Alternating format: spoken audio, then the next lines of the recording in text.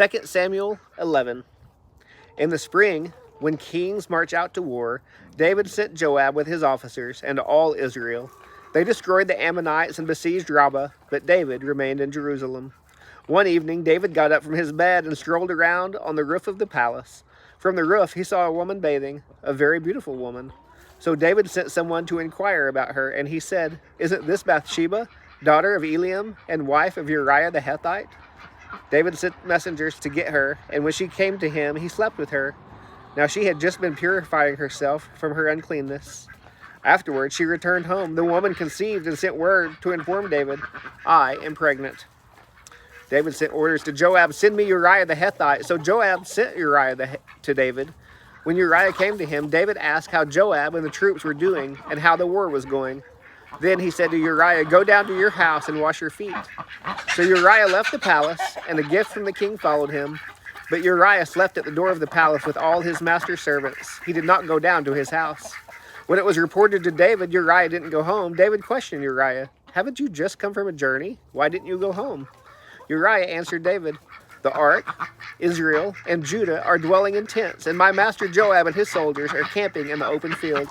How can I enter my house to eat and drink and sleep with my wife? As surely as you live, and by your life, I will not do this." "Stay here today also," David said to Uriah, "and tomorrow I will send you back." So Uriah stayed in Jerusalem that day and the next. Then David invited Uriah to eat and drink with him, and David got him drunk. He went out in the evening to lie down on his cot with his master's servants, but he did not go home. The next morning, David wrote a letter to Joab and sent it with Uriah. In the letter he wrote, "Put Uriah at the front of the fiercest fighting, then withdraw from him so that he is struck down and dies." When Joab was besieging the city, he put Uriah in the place where he knew the best enemy soldiers were.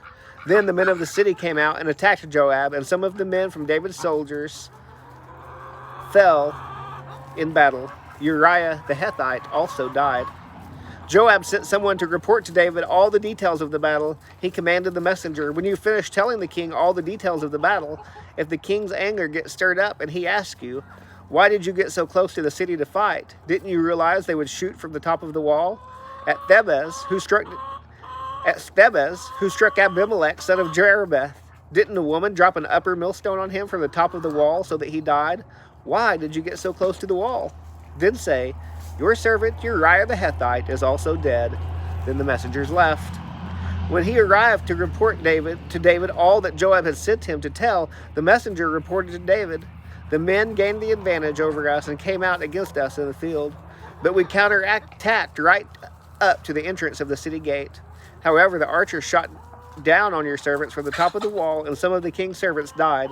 Your servant Uriah the Hittite is also dead." David told the messenger, "Say this to Joab, 'Don't let this matter upset you, because the sword devours all alike.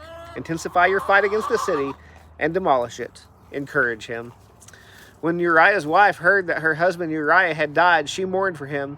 When the time of mourning ended, David had her brought to his house. She became his wife and bore him a son. However, the Lord considered what David had done to be evil.